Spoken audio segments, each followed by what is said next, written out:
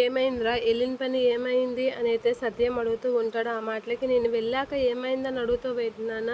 మాట్లాడాను. మాట్లాడే వచ్చాను అనైతే అంటూ ఉంటాడు. అయితే వాళ్ళేమన్నారు అనంటే, ఇవ్వమని అనేసారు నాన్న అని అంటూ ఉంటాడు. ఏంట్రా? ఏం మాట్లాడుతున్నావు? ఇవ్వమనడం ఏంటి?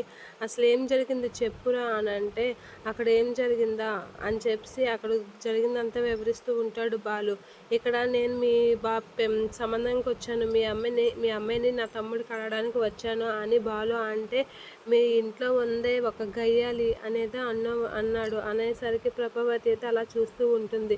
మీ అమ్మలాంటి అత్తగారి ఇంట్లో అత్తగారి దగ్గరికి నా కూతుర్ని కోడలుగా పంపను అని అనేసాడు నాన్న ఆ మామయ్య అనేది అంటూ ఉంటాడు. ఆ మాటలకి ప్రభావతి అలా షాక్ అయి చూస్తూ ఉంటుంది. మను, రోహిణి కూడా అలా చూస్తూ ఉంటారు. అవును నాన్న, అమ్మ గయ్యాలి అంట, పిచ్చాచి అంట, రాక్షసి అంట, అదంట ఇదంట అని నానా మాటలు అన్నాడు తెలుసా. అలాంటి గయ్యాలి అత్తగారి ఇంటికి నా కూతుర్ని పంపిస్తే అమ్మో, మీ నాన్న అసలే మెత్తన, మీ అమ్మ ఏదంటే అదే, మీ నాన్న చేతగానోడు అని నిన్ను కూడా అన్నాడు నాన్న అనేది అంటూ ఉంటాడు.